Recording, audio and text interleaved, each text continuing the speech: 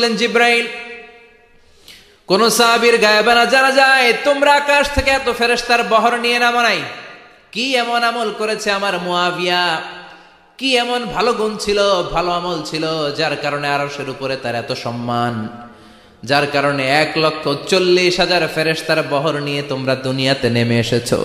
সাইয়েদনা জিব্রাইল বললেন, নবী, তেমন কোনো বড় আমল নয়, ছোট্ট একটা আমল, কিন্তু আমলটারে ভালোবেসেছে কে? আপনার এই প্রিয় সাহাবী হাঁটতে বসতে চলতে ফিরিতে সব সময় পড়তো কুল হুয়াল্লাহু আহাদ আল্লাহুস সামাদ লাম ইয়ালিদ ওয়া লাম ইউলাদ ওয়া লাম ইয়াকুল লাহু কুফুয়ান আহাদ। পড়েন আল্লাহু আকবার। এজন্য বেশি বেশি সূরাতুল ইখলাস তেলাওয়াত করতে রাজি আছেন তো? মনে থাকবে?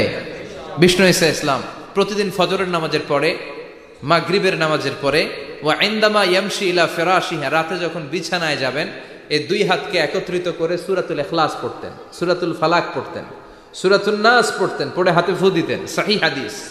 ফু দিয়ে এই ফু দেওয়া হাতটা সারা দেহের মধ্যে ইয়াবদাউ বিহিমা রাসাহু, মাথা থেকে শুরু করে পা পর্যন্ত এভাবে মেসেজ করে দিতেন, মালিশ করে দিতেন। সুবহানাল্লাহ পড়েন। This is a protection you take from your lord, from all the bad eyes, evil eyes, সব হিংসুকের চোখ থেকে, হিংসা থেকে, সব জাদুটোনা থেকে, সব ব্ল্যাক ম্যাজিক থেকে আপনি প্রোটেকশন চাইলেন কার কাছে? সকালবেলা যদি এই 3টা সূরা পড়ে ফু দেন, এটাকে আরবিতে বলে কুল আস-সালাসা, কারণ এই 3টা সূরা শুরুতেই কুল আছে না নাই? কুল হুয়াল্লাহু আহাদ, কুল আউযু বিরাব্বিল ফালাক, কুল আউযু বিরাব্বিন নাস।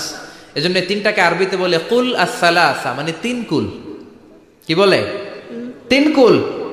সূরাতুল ইখলাস, সূরাতুল ফালাক, সূরাতুন নাস।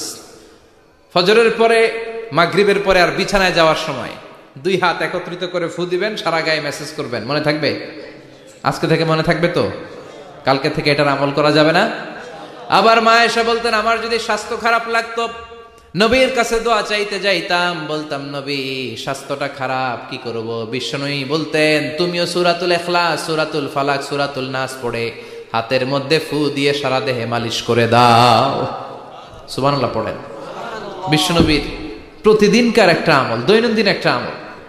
আবার বিশ্বনবী একবার সিজদায় পড়ে আছেন, হঠাৎ করে লাদাগাতহু আকরাব, একটা বিচ্ছু পোকা বিশ্বনবীকে কামড় দিল। এটাও সহিহ হাদিস।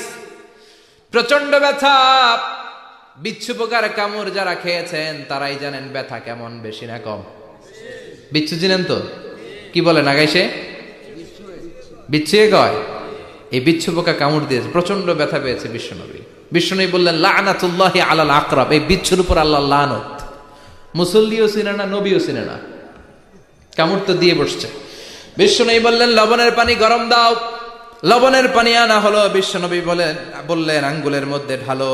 পানি ঢালতে শুরু করা হলো, আর বিশ্বনবী পড়তে আরম্ভ করলেন, কুল হুয়াল্লাহু আহাদ আল্লাহুস সামাদ লাম ইয়ালিদ ওয়া লাম ইউলাদ ওয়া লাম ইয়াকুল লাহু কুফুয়ান আহাদ। পড়েন আল্লাহু আকবার।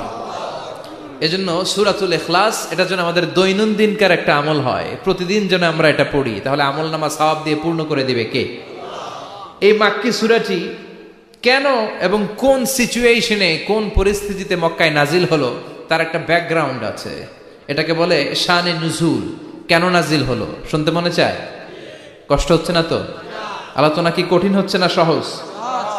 আন্ডারস্ট্যান্ডেবল, বোধগম্য হচ্ছে? বোঝা যায় না? বোঝা যায়? আলহামদুলিল্লাহ পড়েন। মক্কার লোকেরা এসে বিশ্বনবীরে ধরল, ইয়া মুহাম্মদ বাইয়িন লানা সাল্লাল্লাহু আলাইহি ওয়াসাল্লাম বাইয়িন লানা নাসাবা রাব্বিক। ও আব্দুল্লাহর বেটা মুহাম্মদ, তোমার রবের নসব নামা বর্ণনা করো। কি নামা? কথা কন। নসব নামা বুঝেন তো? কি? হ্যাঁ, বংশ পরিচিতি। মাশাআল্লাহ। নসব নামা মানে বংশ পরিচিতি, বংশধারা, বংশ তালিকা। যেমন আমার নাম মিজানুর রহমান, আব্বার নাম আলী আহমদ, দাদার নাম জাইনুল আবিদিন, তার বাপের নাম মাকরাম। এটা আমার বংশ পরিচিতি।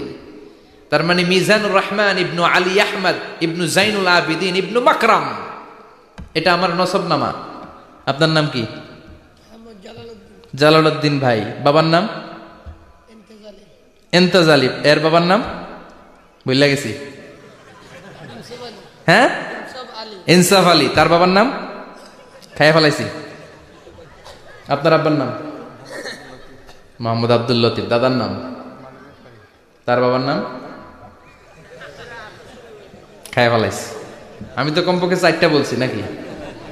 বিশ্বনবীর বাবার নাম আব্দুল্লাহ, তার বাবার নাম আব্দুল মুত্তালিব, তার বাবার নাম হাশেম, তার বাবার নাম আব্দে মানাফ, তার বাবার নাম কিলাব, তার বাবার নাম কুসাই, তার বাবার নাম মুররা, তার বাবার নাম গালেব, তার বাবার নাম ফেহের।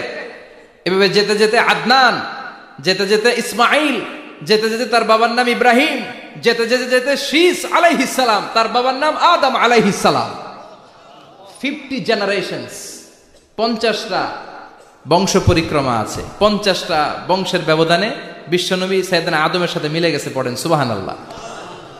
তার মানে মুহাম্মদ ইবনে আব্দুল্লাহ ইবনে আব্দুল মুত্তালিব ইবনে হাশেম ইবনে আব্দে মানাফ ইবনে কিলাব ইবনে মুররা, এইভাবে বিশ্বনবীর নসবনামা। কথা বুঝতে পেরেছেন? বিশ্বনবীর কাছে এসে মক্কার লোকেরা বলে, মুহাম্মদ বাইয়িন লানা নাসাবা রব্বিক, তোমার আল্লাহর নসবনামাটা কও। তোমার আল্লাহর বাবার নাম কি? উনার বাবার নাম কি? উনার বাপের নাম কি? উনার বাপের নাম কি? তার বাপের নাম কি? এরা মনে করছে আল্লাহর নসবনামা আছে। নাউজুবিল্লাহ পড়বেন না?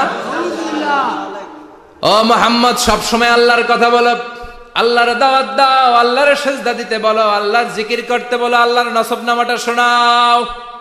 আল্লাহর বাবার নাম কি? দাদার নাম কি? পরদাদার নাম কি? বিশ্বনবী রেগে গেলেন।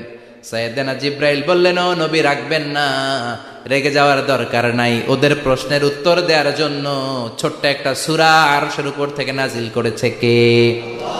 ও নবী, ওদের মুখের উপরে আপনি শক্ত ভাষায় বলে দেন, আল্লাহর কোন নসবনামা নাই, আল্লাহর বাবা দাদা কিচ্ছু নাই। আপনি পড়েন, কুল হুয়াল্লাহু আহাদ আল্লাহুস সামাদ লাম ইয়ালিদ ওয়া লাম ইউলাদ ওয়ালাম ইয়াকুল লাহু কুফুয়ান আহাদ। পড়েন সুবহানাল্লাহ। কুল হুয়াল্লাহু আহাদ। ও নবী, আপনি বলেন, তিনি হলেন আল্লাহ, তিনি হলেন আহাদ, একক, একক। আল্লাহুস সামাদ, তিনি অমুখাপেক্ষী। লাম ইয়ালিদ ওয়ালাম ইউলাদ, জন্ম দেয় নাই, কারো কাছ থেকে জন্ম নেয়ও নাই। ওয়ালাম ইয়াকুল লাহু কুফুয়ান আহাদ, গোটা বিশ্বে তার মতো কেউ নাই, তিনি তার মতো। কাফেররা তো টাসকি খেয়ে গেছে। সুবহানাল্লাহ পড়ে। আবার এর শানে নুজুলে আরেকটা বর্ণনা পাওয়া যায়। মুশরিকরা এসে বলল, ইয়া মুহাম্মদ বাইয়িন লানা জিনসা রাব্বিক, তোমার রব কি দিয়ে তৈরি বলো। ও মুহাম্মদ, আমরা মানুষ মাটির তৈরি, ফেরেশতারা জিনের তৈরি, ফেরেশতারা নূরের তৈরি, আর জিন জাতি হলো আগুন দিয়ে তৈরি, আমাদের ঘরের আসবাবপত্রগুলো কাঠের তৈরি। এবার বলো, তোমার আল্লাহ কিসের তৈরি? আহুয়া মিন ফিদ্দা, তোমার আল্লাহ কি রূপার তৈরি? রূপার খোদা? আহুয়া মিন যাহাব, নাকি সোনার খোদা, স্বর্ণ দিয়ে বানানো আল্লাহ? আহুয়া মিন খাশাব, নাকি কাঠ দিয়ে বানানো তোমার আল্লাহ? কি দিয়ে বানানো বলো। বিশ্বনবীর কাছে তখন জিব্রাইল আয়াত নাজিল করলেন আর বললেন, নবী, ওদের প্রশ্নের জবাব আপনি এই সূরা দিয়ে পড়েন আর বলেন, কুল হুয়াল্লাহু আহাদ আল্লাহুস সামাদ লাম ইয়ালিদ ওয়া লাম ইউলাদ ওয়া লাম ইয়াকুল লাহু কুফুয়ান আহাদ। পড়েন সুবহানাল্লাহ। এই ব্যাকগ্রাউন্ড ফজিলত সব শুনে সূরাটা একটু নরম হয়ে আসছে না? এখন নরম নরম লাগে না? মনে হয় যে বুঝতেছি, মনে হচ্ছে যে সহজ হয়ে গেছে, ঠিক কিনা? এবার দেখেন অর্থ আরো সহজ। আল্লাহ বললেন কুল, কুল মানে বলো। কোরআনের যত জায়গায় কুল পাবেন, রব্বুল আলামিন তার পেয়ারা হাবিবকে অর্ডার করছেন, কুল মানে বলো, সে, ও মাই মেসেঞ্জার, সে, বলো। কুল মানে কি? কুল মানে বলো। হে নবী, আপনি বলেন, হু আল্লাহ, তিনি হচ্ছেন আল্লাহ, আর তিনি হচ্ছেন আহাদ, অদ্বিতীয়, এক এবং একক, অদ্বিতীয়। তাহলে প্রথমে বলতে বললেন, ও নবী, আমার সব পরিচয় দেওয়ার আগে আগে নামের পরিচয় দেন। জোরে কোন ঠিক কিনা? আগে ওদের বলে দেন আমার নাম হলো আল্লাহ।